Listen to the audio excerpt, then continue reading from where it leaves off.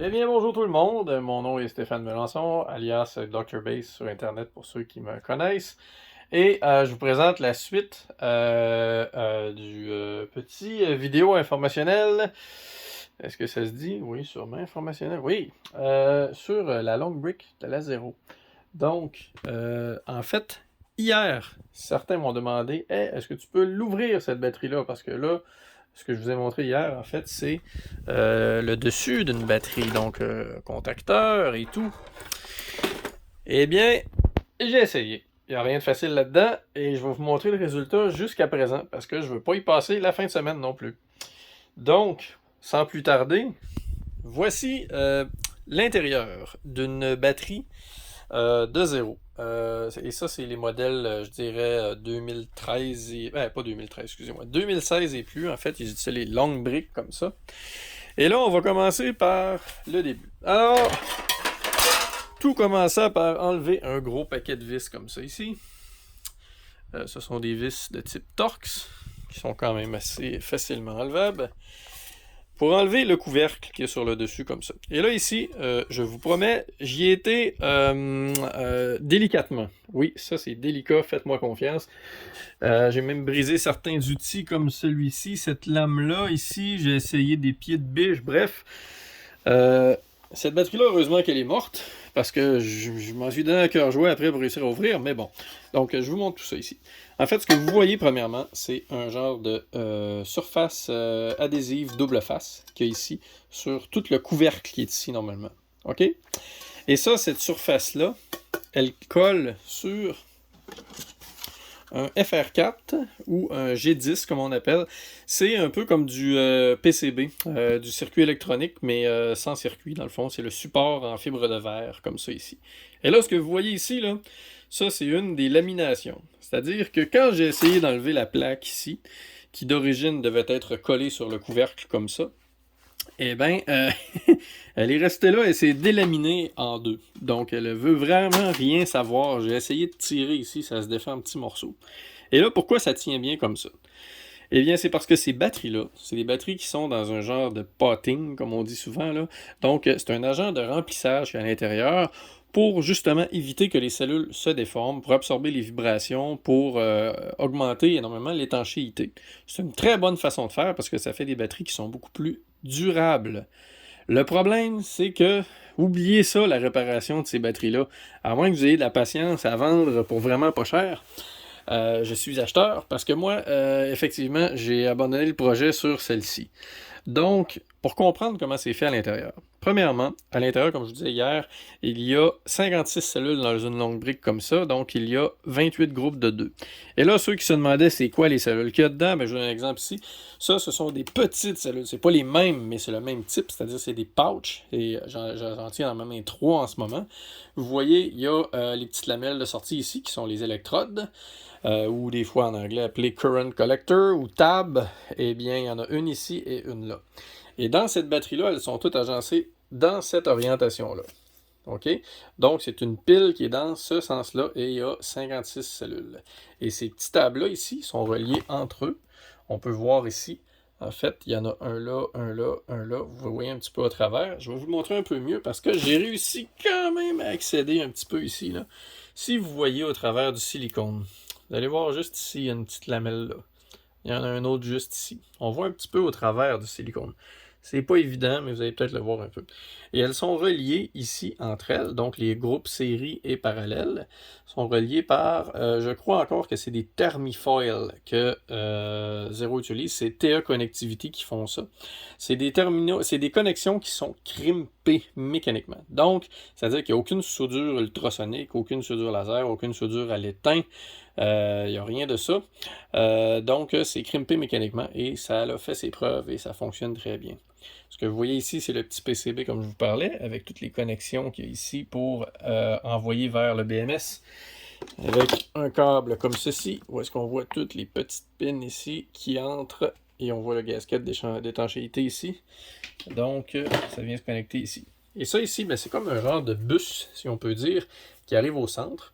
Et là, il y a toutes les petites connexions vers chacun des nœuds de connexion de cellules que vous voyez au travers ici.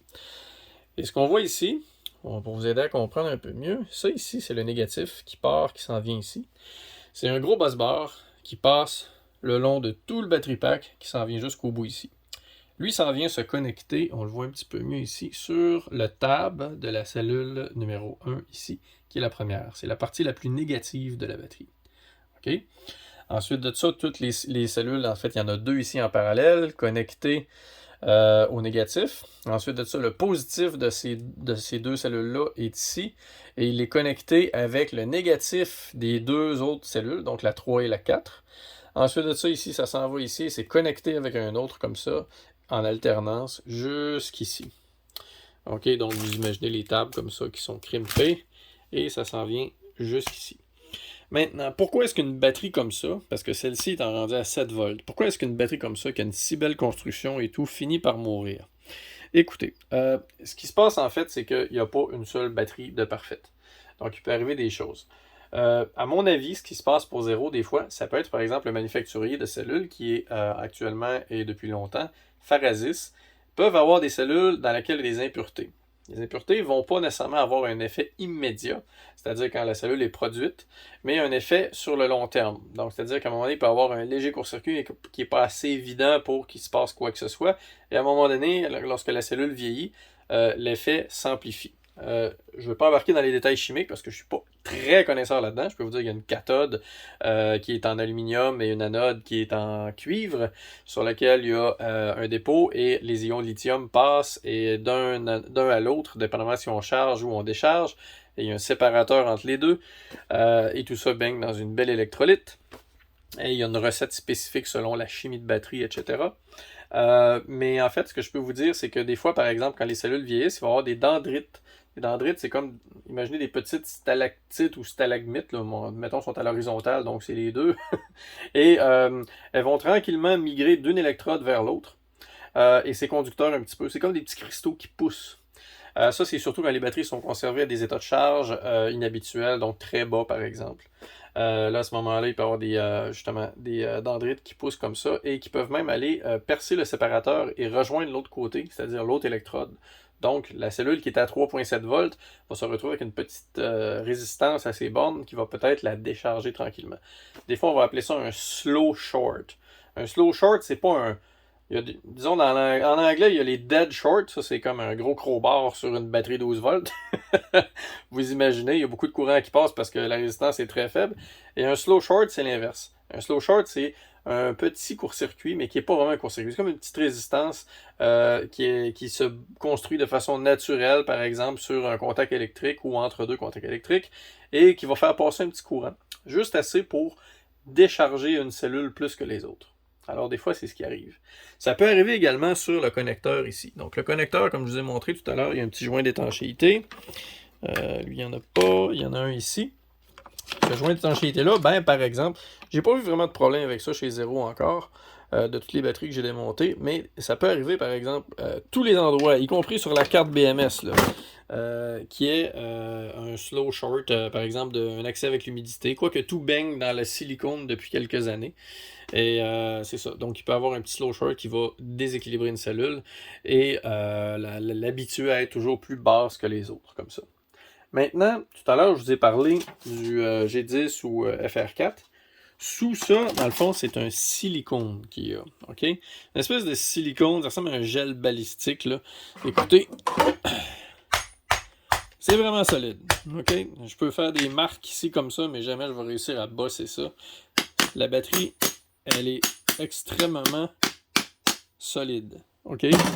J'ai l'impression que si vous la tirez à partir d'un deuxième étage sur de l'asphalte, vous allez faire une marque dans l'asphalte et avoir quelques égratignures sur le coin. C'est vraiment ce qu'on appelle ça des briques, parce que c'est dur comme une brique, c'est extrêmement rigide. Ce qui permet de faire cette rigidité-là, c'est justement tout le potting qu'il y a à l'intérieur, toute cette espèce d'agent de remplissage-là qui vient empêcher l'humidité de rentrer, etc., comme je vous ai dit dès le début. Maintenant, on revient au short et au slow short. Alors, j'ai un setup ici où est-ce que je suis en train de recharger une batterie. En fait, la batterie est déjà chargée. J'ai une petite interface que je me suis fabriquée ici qui permet d'activer le contacteur qu'à l'intérieur. Contacteur qui est cette partie-là ici, ça joue le rôle d'un relais finalement, un genre de switch. Et parlant de switch, quand moi j'active cette petite switch-là ici, il y a ici un petit convertisseur DC-DC qui va prendre le voltage total de la batterie et générer une tension, si je me rappelle bien, c'est 12 volts, et l'injecter pour pouvoir faire activer le contacteur à l'intérieur sur le BMS. Donc ça envoie le signal au BMS comme quoi que le contacteur doit se fermer. Je vais vous montrer l'effet ici, regardez bien. Je vais fermer l'interrupteur. Et ça, c'est juste la petite lumière qui est le témoin comme quoi qu'il y a du 12 volts. Alors je vais fermer l'interrupteur, vous allez entendre. Tic. Alors là, il s'est fermé. Et je vais l'allumer. Clic. Tout est allumé. Alors, j'ai une tension présente actuellement ici. Là, qu'est-ce qui se passe quand une batterie vieillit? Alors, il va y avoir des cellules, par exemple, dont la résistance interne va augmenter. La résistance interne, imaginez, c'est simplement... C'est comme si vous ajoutiez un long fil en série avec la cellule qui a une résistance interne élevée. Donc, c'est clair que quand vous tirez un courant, il va y avoir une perte de tension à quelque part dans ce fil-là. Le problème, c'est que ce fil-là, il n'est pas à l'extérieur de la cellule, il est dans la cellule. C'est comme si la chimie de la batterie n'est plus capable de tenir sa tension lorsque vous demandez un courant. Elle va chuter très très bas et donc, des fois, atteindre la limite basse que le BMS, lui, a comme consigne de couper l'alimentation ou de réduire la puissance. Donc, quand une batterie a un problème avec une cellule qui est trop basse, dont la résistance interne a augmenté, typiquement, une batterie, quand elle vieillit, va avoir une perte de capacité. Et souvent, cette perte de capacité-là n'est pas seulement des ampères-heures. Elle est associée aussi à une résistance interne qui va être tout simplement plus élevée. Donc, plus la résistance interne est élevée, plus le voltage va facilement descendre. Plus le voltage descend facilement, plus le déclenchement de la fin de décharge va arriver rapidement. Imaginez une résistance interne, c'est un petit peu comme... Je voulais vous donner un exemple tout à l'heure, je n'ai pas fini de le fabriquer, mais regardez bien. Imaginez que ça ici, c'est la résistance interne de votre batterie. OK? Je montre un élastique parce que justement, il y a un effet ressort. Qu'est-ce qui arrive si, par exemple, je tire sur l'élastique par en bas? Ben, lui, dans le fond, il y a déjà une certaine longueur. Donc, le nœud qu'il y a ici, qui représente, mettons, on va associer la hauteur à laquelle ce nœud-là se trouve par rapport à la tension. OK? Donc, qu'est-ce qui se passe si je tire l'élastique vers le bas? Le nœud va se déplacer vers le bas, la tension de la batterie, mais la résistance interne, elle n'est pas si grande que ça. Maintenant, si je prends une même cellule qui a une résistance interne beaucoup plus grande, alors là, j'ai un élastique beaucoup plus grand. L'élastique a la même force, par contre, il a beaucoup plus de distance. Alors, pour le même courant, je vais pouvoir descendre le point ici, qui est l'indicateur de tension. J'ai dit que la hauteur de ça, c'était comme la tension. Alors, si je tire vers l'élastique vers le bas, le point va descendre beaucoup plus facilement sur une plus grande distance. Alors, il va perdre plus de tension.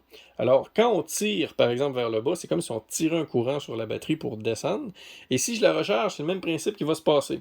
Alors, si je la recharge, c'est comme si je tirais cet élastique-là vers le haut et que le bas était sur un point fixe.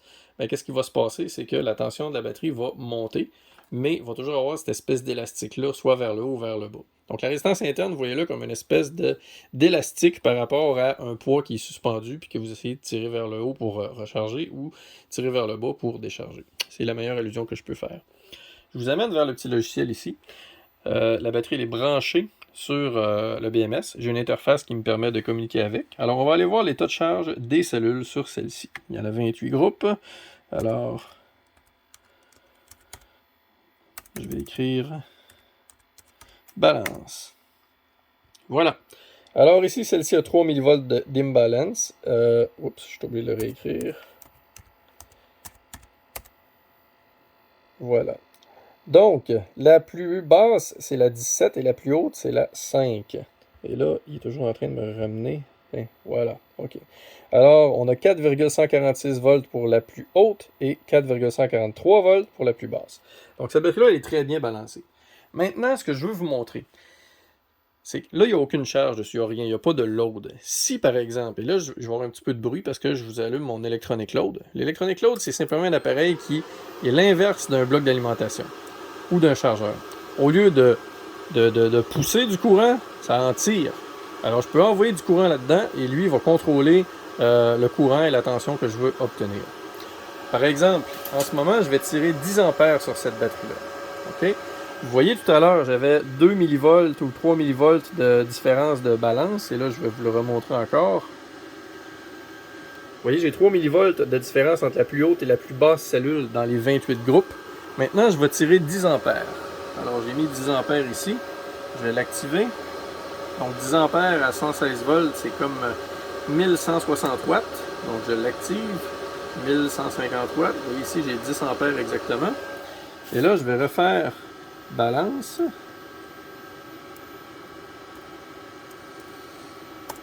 Oups, attendez un petit peu. Il faut que je sois vis-à-vis. Je fais tout, hein. Je suis le caméraman. Oh, vous voyez la cellule 17 ici, comment qu'elle a descendu. Elle est beaucoup plus basse ici. Donc ça, c'est comme le niveau de chacune des cellules, de gauche à droite. Et là, on va regarder l'imbalance. On va aller voir ça dit quoi. Vous voyez, j'ai 13 millivolts d'imbalance. La cellule 17 étant la plus basse. Moi, ce que je soupçonne en ce moment, c'est que la cellule 17 ici, ben, elle a une résistance interne plus élevée. Donc, je vais arrêter le load. Fermer l'électronic load. Donc, ce qui se passe ici, c'est que quand je tire 17 ampères... Oups, désolé, j'ai quelque chose qui est collé ici. Ça fait partie des bloopers. OK, donc quand je tire 10 ampères ici, j'ai une chute de tension qui est supérieure sur une des cellules versus toutes les autres. Et c'est ça le problème. C'est que quand on a 18 groupes ou 56 cellules, par exemple, eh bien, ça prend seulement un seul de ces groupes qui est plus faible pour atteindre la performance de la batterie au complet. OK? Donc, votre batterie, elle a 28 chances, si on peut dire, d'avoir une cellule qui est pas bonne dans ces groupes de cellules comme ça. Et ça n'en prend qu'un seul comme ça avec une résistance interne plus basse. Pourquoi? Parce que quand vous tirez un courant sur une série de cellules, donc une batterie de cellules, c'est pour ça qu'on appelle ça une batterie, c'est une série de cellules, un ensemble, ben, quand vous tirez un courant, c'est le même courant qui voyage dans toutes les cellules. OK? C'est en série. Et en fait, le BMS, lui, surveille le voltage de chacune de celles-ci. S'il y en a une qui descend plus bas, il doit absolument couper... En fait, s'il y en a une qui descend trop bas, il doit absolument couper l'ensemble pour éviter que celle-ci descende trop bas. C'est pas vraiment possible d'isoler une seule cellule puis de dire je vais continuer de décharger sur les cellules fonctionnelles. Les batteries sont pas optimisées pour ça et ça demanderait des coûts supplémentaires de faire des dérivations avec des contacteurs, etc. Alors malheureusement, quand il y a une cellule qui est pas bonne dans une batterie comme ça, eh bien c'est ça qui se passe. Et je pense, c'est pas certain, mais avec l'expérience d'avoir désassemblé beaucoup de batteries de zéro comme ça, je peux vous dire une chose. Je crois que le BMS à l'intérieur, quand il détecte que la batterie elle est dans un état de charge inhabituel ou, je dirais, inadéquat pendant une très longue période, le BMS, je crois, va avoir la consigne de décharger toutes les cellules à un voltage qui est devenu, je dirais, un voltage sécuritaire. Parce que le BMS, comme pour certaines voitures d'ailleurs, va dire, bon, ben là, ça fait 1 an, 2 ans, 3 ans que j'ai pas été utilisé, je suis dans un état de charge qui est très très basse, probablement que je suis dans un centre de recyclage. Alors, ce que je vais faire, c'est que je vais me décharger complètement pour faciliter le désassemblage ou éviter les accidents avec la batterie. Parce que maintenant, une chose qui est très importante, la batterie, lorsqu'elle est déchargée, il n'y a presque pas de danger avec. En fait, le seul danger résiduel, c'est l'électrolyte à l'intérieur, qui est à peu près le même danger qu'une tank à essence. Vous comprenez ce que je veux dire, dans le sens qu'un électrolyte, c'est des solvants. Les solvants, c'est inflammable. Donc, tout ce qui reste dans une batterie quand elle est complètement vide, complètement déchargée, là. Donc, les cellules qui normalement fonctionnent de 4,2 volts à 3 volts vont descendre en bas de 3 volts, des fois 2 volts, des fois 1 volt, des fois 0,5 volts. Et là, on ne peut plus les recharger. C'est bien important ce que je vous dis là parce qu'il y en a certaines personnes qui vont parfois avoir des batteries comme ça, qui vont obtenir et qui vont essayer de recharger les batteries qui sont trop déchargées. Sachez que c'est très très dangereux parce que quand vous faites ça, les batteries qui sont trop basses, comme je vous disais, ont des dendrites qui poussent dessus. Et ces dendrites-là, c'est comme des petits court-circuits. Si vous amenez la batterie avec un état de charge supérieur, ce qui se passe, c'est qu'il y a un peu plus de stress à l'intérieur de la cellule et ce petit court-circuit-là peut devenir plus important. Et là, à entraîner des choses que vous ne voulez pas nécessairement avoir. Alors, c'est à ne pas faire. Lorsqu'une batterie atteint des tensions qui sont trop basses, comme par exemple une lithium NMC, nickel, manganèse, cobalt, comme celle-là de 0. La tension minimum autorisée, c'est 2,5 volts, et pas pendant trop longtemps. Donc, on va dire 2,5 volts pendant une semaine, 2 semaines, peut-être un mois, mais sinon, il commence à avoir des dommages permanents à l'intérieur.